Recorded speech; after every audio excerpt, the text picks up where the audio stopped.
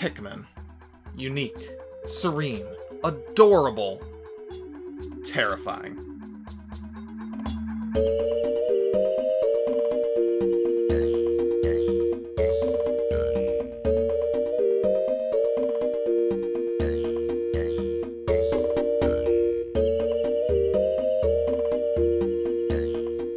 I love Pikmin. My first instinct is to say something like, I don't normally play games like Pikmin, but Pikmin is the exception because it's just so good.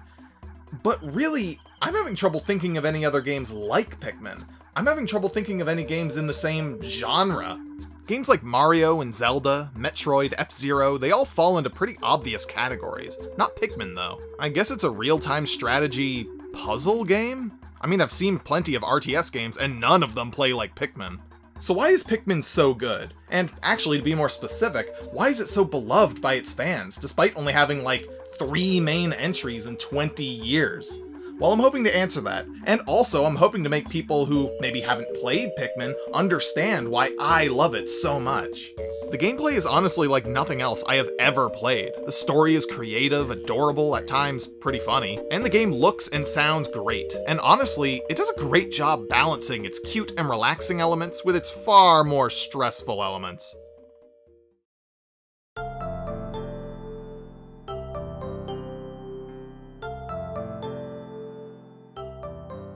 Like I already mentioned, Pikmin is so unique. It has platforming elements, a focus on both combat and puzzle solving, and a huge focus on multitasking and time management. You know, on paper, multitasking and time management don't really sound that fun to me. But in execution, God, I love it! For those of you who don't know, the gameplay of Pikmin has you running around as a character who can whistle. You can't jump, duck, climb, any of that. You also have limited ways that you can interact with the environment alone, like interacting with your spaceship or walking over geysers to shoot yourself up to higher ledges. You also have a pretty useless punch, which technically does damage, but really you're not really going to accomplish much with only that. No, alone you're pretty useless, honestly. But with Pikmin, you're useless with Pikmin. You control a single big-nosed character I just described, but following behind you are up to 100 tiny, adorable little demon spawn. Pikmin. They have different abilities depending on their color, and you can make more of them by collecting the dead corpses of the enemies you've slaughtered. You use these Pikmin by throwing them and manipulating their movement using your whistle. You can divide them up into categories, and you can make them freely circle around you and latch on to nearby objects and enemies. The mechanic of throwing Pikmin at things is just inherently fun. It's fun to throw murderous carrots at giant bugs and just watch them pound the heck out of them. Hell, even if you're not accomplishing much, it's just fun to do. Watching your Pikmin follow you around and throwing them at targets, it's just satisfying.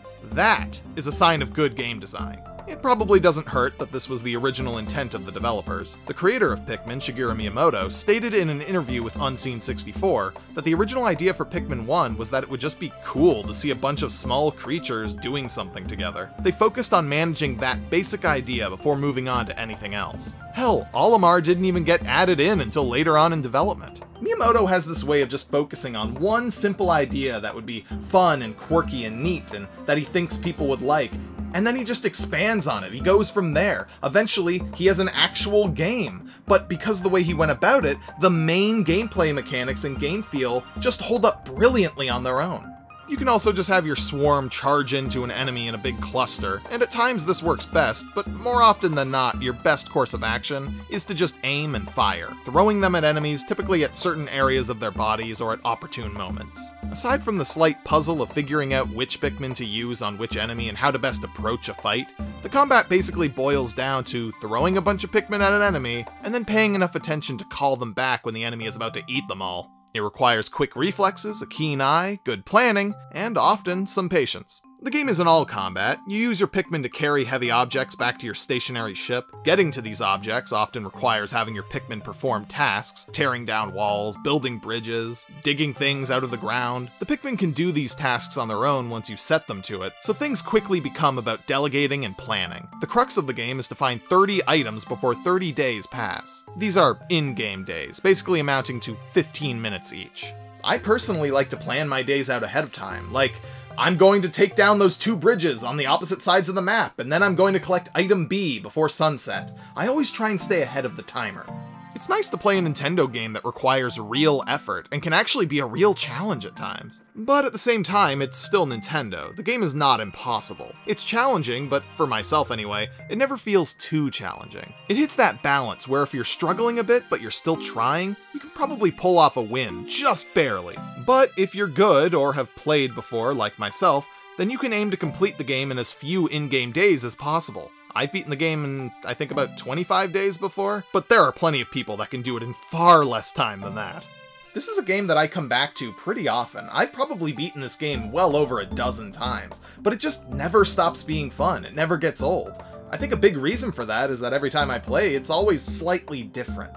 It's fun to try and tackle your obstacles in slightly different ways, or even just in a different order, trying to find the most productive strategy. This is a game literally designed and intended to be played repeatedly. And that's not just me saying that, it's straight from the producer's mouth. Miyamoto said in an interview, "I'm the kind of person that likes to play a game over and over again. For a lot of the games that we create, we sort of pull people along. When they've cleared a level, we pull them into a new level, and we keep their attention that way. At the same time, I think if you created something that's fun, then even going back into the same area and determining for yourself, this is how I want to play this area this time, or this is what I want to do in this world, or maybe I want to go through and explore more. I think there's a lot of potential sort of hidden in Pikmin for that type of gameplay. I want to talk about the controls, but it's important to establish which version of the game I'm playing first. This game was originally released on the GameCube, but it was later remade for the Nintendo Wii, which is the version that I'm playing. The controls are vastly improved, and they were fine before, but it's really hard to go back after playing the Wii version. You control a cursor in the game, and pointing with the Wii remote is fast and reliable. Say what you want about motion controls, they can really suck, but the IR sensor for the Wii is something I really miss. It just works. You point and the cursor moves, simple as that. With a flick of a wrist, you can aim and throw a Pikmin exactly where you need it. Like, it's honestly kind of uncanny. It really feels like this game was made for the Wii, but it totally wasn't. It came out like 5 whole years before it. It's just a match made in heaven. A lot of remasters and re-releases really just feel like blatant cash grabs. But this is an example of a re-release done because the creators honestly thought that the game would benefit from the features the new platform would bring. And this is actually confirmed in an interview with GameSpot.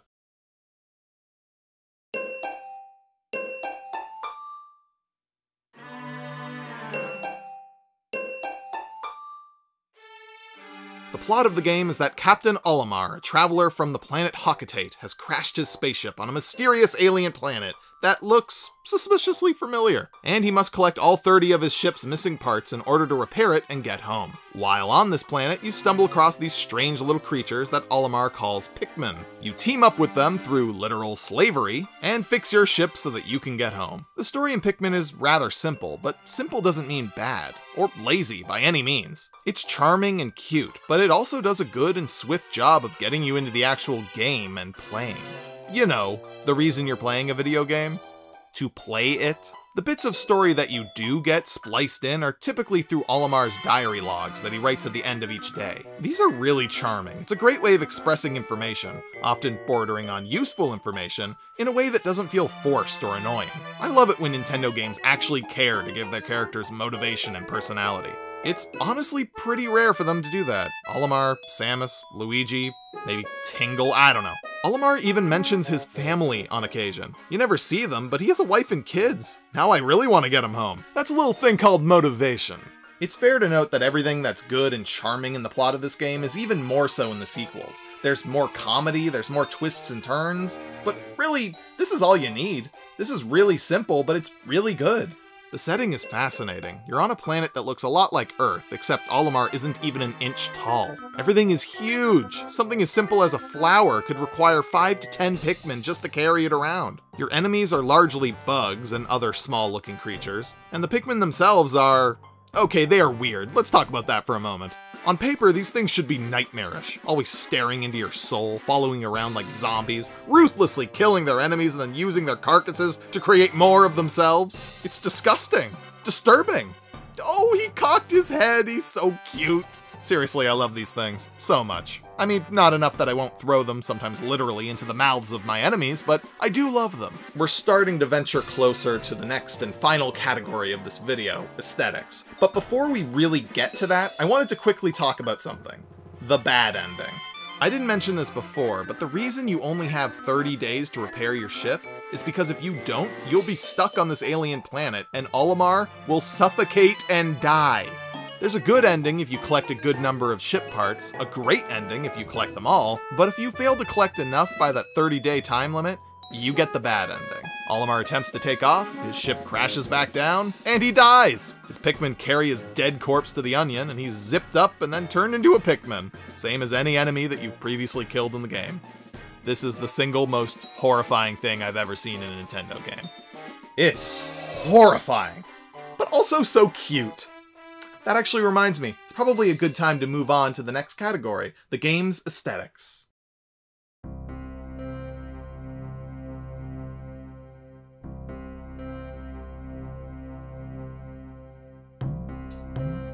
Most Nintendo games excel aesthetically, at least when they're trying. So, when talking about the graphics for a game like this, it can be a little tricky, because a lot of graphics from this era of games do not hold up that well at all. Games for the GameCube and PS2 that aimed for photorealism, yeah, for the most part they just look hideous in hindsight. They've really aged like a fine cheese in the sun. When talking about it from the perspective of when it came out, it looked great, beautiful even. But here's the thing. Even back then, although the environments were made to look photoreal, the characters in the game were not. And this was clearly a purposeful choice, as it carried through the rest of the franchise. The graphical style was never meant to make you think that things were completely real. It was meant to make everything feel believable and immersive, and to make everything feel like it was actually really small in scale. And I think it still accomplishes this, even today. Even with the aged graphics, things that are meant to look wet look very clearly wet. Areas that are meant to be dark and intimidating are indeed dark and intimidating. The graphics still succeed to be atmospheric and just plain pleasant to look at. And the creature design for this game and the way that they're animated, it's just great. Olimar's design is amazing. The Pikmin are instantly beloved the moment you see them, and the enemies? My god, the variety alone. I'm a guy who hates bugs. I cannot stand bugs. And like 90% of the enemies in the Pikmin series are bugs. Albeit fictional bugs, but still bugs. But the art style is exaggerated and stylized enough that honestly it never really bothers me. I constantly look forward to seeing what new enemy waits for me around every corner. Some are bugs, some are amphibious creatures, some are just weird as hell. Like, super duper strange. I love every enemy in this game. They're all so cool and memorable. Except for these Poliwag enemies. I hate these friggin' things. I don't know what it is. They just kill so many of my Pikmin. They're not even that strong. They're just annoying. I'm getting off topic. Focus. The music adds a ton as well, and it actually brings up a specific point that I wanted to get to. Oftentimes in this game, the music and the visuals, they don't exactly match. And I don't mean that as a bad thing per se. The music elicits a calm tranquility, which is immediately juxtaposed by the chaotic frenzy of death that sits around every corner. Honestly, the music is amazing. At first, it may not seem to fit, but it honestly works really well. Like, it keeps me a bit calmer than I would have been otherwise. Like, if this game had high-octane music that totally matched the combat at all times, I think I'd find this game too stressful to play. Instead, the music just stays the same, but they add in more drums, and it really works. The aesthetics do a good job leveling out the calmer, more mellow elements of the game, with the stressful battles and mass Pikmin death that often follows. The bottom line is that the aesthetics in this game are great. The game succeeds at immersing you and constantly creating a great atmosphere. This is through not only the visuals, but the sound design, the soundtrack, and even how enemies occupy the environment. Honestly, the elements that would have suffered the most from aging were purposefully done not photorealistically. The rendering and animating of the creatures. It's really got that Nintendo polish, like there's a lot of attention to detail. I mean look, they even make little ghosts fly out of your Pikmin when they die. Actually, that's incredibly sad and kind of messed up. You get desensitized to it eventually, which is a good thing because Pikmin are going to die. It's just inevitable. Actually, that might be even more sad.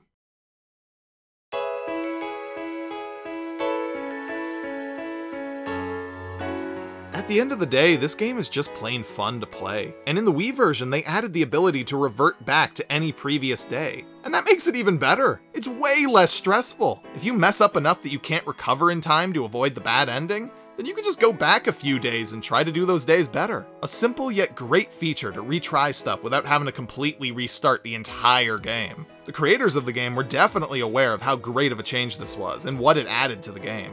The original project leader on Pikmin, Shigefumi Hino, said in an interview with GameSpot that now that the player can leave 30 Pikmin days worth of save data and can return to each one of those days to retry, we're hoping that more people will challenge themselves to do their best.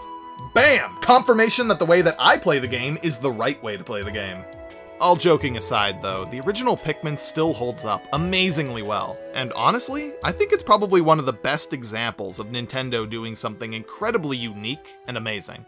If you haven't played it, then do yourself a favor and track down a copy.